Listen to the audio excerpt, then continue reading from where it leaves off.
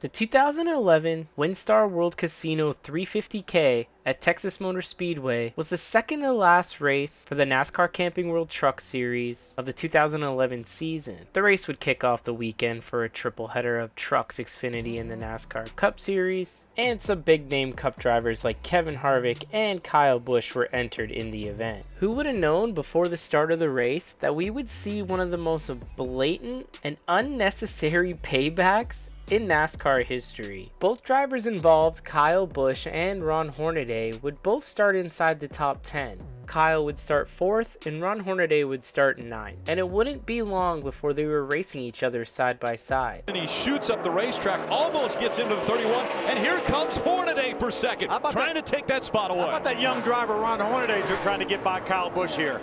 Ooh, close. Wide into turn 4. That moves Kyle Busch all the way up the racetrack. He has to catch it before he gets to the wall. And Hornaday catches the wall. Caution's out, caution's out. Caution is going to come out. Both drivers trying to get by. Look like the 17 of Timothy Peters. They slid up the racetrack, and now Kyle Busch not happy at all. It's all good, dude. And Kyle Busch is going to turn the 33 into the wall. A championship contender, Hornaday in the wall. Well, Kyle Busch should be parked for this race and maybe the rest of the season for that. Holy cow, I can't believe he did Championship that. contender Ron Hornaday hard into the wall. Kyle Busch sends him in. As Ron Hornaday and Kyle Busch approached a slower truck, they made it 3 wide on the outside and did not give each other a whole lot of room, which resulted in Ron Hornaday getting loose and Kyle Busch sliding up the racetrack. Both of them made contact with each other and got into the outside wall. What makes things so much worse about this situation is that Ron Hornaday was in the championship hunt. He entered the race only 15 points back from Austin Dillon, but unfortunately, he would not be able to continue after this, obviously, so he would leave Texas with a deficit of 48 points, which pretty much eliminated him from contention going into the final race in Homestead. Kyle Busch also had severe damage in the accident and would retire from the race, but NASCAR would also park him, so regardless of the condition of his truck, he was missing the rest of the race regardless, as he was parked by NASCAR. Here it is right here. They go side by side. Hornaday has to go up. Kyle squeezes down on Ron, but Ron he's got to be in control of his truck. They both do a little bit of contact into the wall, but I believe those trucks could be repaired and maybe race for the win still. And the caution has come out now. Right now, the caution is already out. A little bit more damage on Ron Hornaday's truck. Very minimal damage to that 18 truck, but this is when he's going to show his displeasure to Ron Hornaday.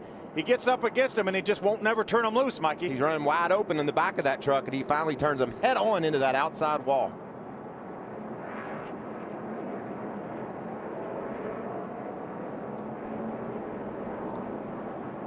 I don't think NASCAR is going to, I think this goes beyond a little bit of have at it, boys. Oh, it's definitely way past that. That truck's running 130, 40 miles an hour when it hits that outside wall. Look at that thing jump up off the ground. Look at all the damage to that 33 truck. Later parts of the season, teams always bring extra parts, spare things, but this hit is so massive that the front clip has to be bent. Everything underneath that hood damaged beyond repair. He's out. He may get back on the racetrack and gain 2 or 3 positions. I don't think he's going to do that, Phil. I think that truck's probably ruined. Kyle would feel the consequences of his actions throughout the remainder of the weekend, as he was parked by NASCAR for the rest of that weekend, which he was scheduled to take part in the Xfinity Series race and of course the Cup Series race. Denny Hamlin filled in for him in the Xfinity race, and Michael McDowell drove his 18 Cup Series car on Sunday. When Mike Helton announced this, it was under an emergency-only rule that allowed NASCAR to park a driver to ensure orderly conduct of a racing event. This would not be an official suspension under NASCAR rules, so Kyle and Joe Gibbs Racing could not appeal the decision. This is only the second time in Truck Series history that a driver would be suspended for all National Series races due to events that took place in a truck race, as it happened to Kevin Harvick in 2002. This is what both drivers had to say. Welcome back to Texas Motor Speedway. Ron Hornaday just out of the Infield Chaos Center. I want to show you some video, Ron. Tell us first what happened under green and then what followed up after the caution came out. Oh, under green, I knew that, Kyle knew there was a lap in there too. I moved up on the straightaway. He stayed on the corner panel, and I don't know, we just touched a little bit, I guess. I don't know. But he knows I'm going for a point still. I don't know why he didn't do it. But anybody got a cup card? he'll never win a championship again. I mean, this is just stupid. I mean, he knew what I was going for. He knew I was there. He had to lift too. I mean, if I'd have lifted, I'd have hit the back of the slower car, so slower truck, and it would cause a big wreck. But he just drove me in the fence. I mean, he just ruined a perfectly good race car. That's a Ron Hornaday, unfortunately, done for the night, and his championships hopes done for the night as well. Rick. Okay, Kyle has come out of the hauler, and Kyle, obviously this will be the big story of the week. That's the one question is, did you just lose your mind for a few seconds there, or did you consider that Ron was in the championship? Well, if you consider Ron was in the championship, maybe Ron could have played it a little bit smarter on lap 15 and checked up a little bit and given room to everybody around. You know, obviously, if you make it a 3-wide situation, I can't go up in the dirt. You know, I'm already on the outside lane. There's not 3 lanes out here right now. It's a truck race. It's the first race of the night here this weekend. And, you know, so if I just lay over and give up everything for Ron Hornaday, that's not Kyle Busch's fashion. I'm out here to win a race just as much as anybody else is. And when he races up on my inside, gets loose, and takes me up to the fence, I ended up losing my cool. And I've been wrecked 4 weeks in a row, and finally I just had enough of it. And so I'm sorry it was Ron Hornaday, and he's going after a championship.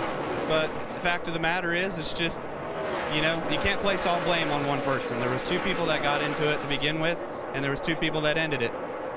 Thank you for coming out. That's Kyle Busch.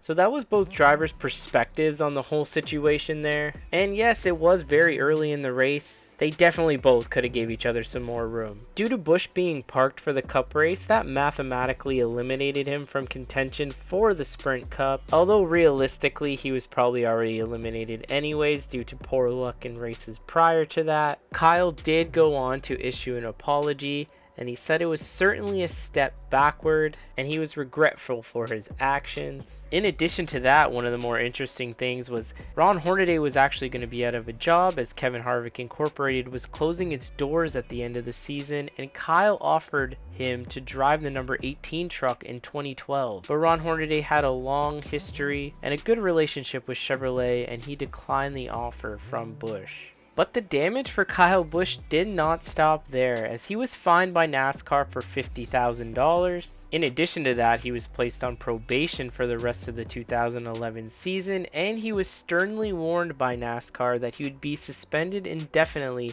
if he committed another offense detrimental to stock car racing, or disrupted the orderly conduct of a NASCAR sanctioned event during the remainder of the year. And to make things even worse for Kyle, his primary sponsor in the Cup Series, M&M's, refused to sponsor the 18 car for the last few races of the season due to his behavior and actions in this truck race in Texas. Joe Gibbs Racing even considered having Kyle sit out the remainder of the year and putting Eric Almirola in that car. However, that wasn't the case, and Interstate Batteries ended up sponsoring the 18 car for the 2 remaining events. Kyle was also scheduled to race in the NASCAR Xfinity Series, then Nationwide Series, at Homestead Miami Speedway, but the sponsor of that car, Z-Line Designs, requested Joe Gibbs Racing that Kyle would not be in that car, and he was replaced by Denny Hamlin. That's going to wrap up today's video. Thank you guys so much for tuning in. If it's your first time here, make sure you subscribe to the channel for more great classic NASCAR content just like this, and make sure you give the video a thumbs up if you liked it. Your feedback is greatly appreciated, and I hope to see you guys in my next one. Take care, everybody.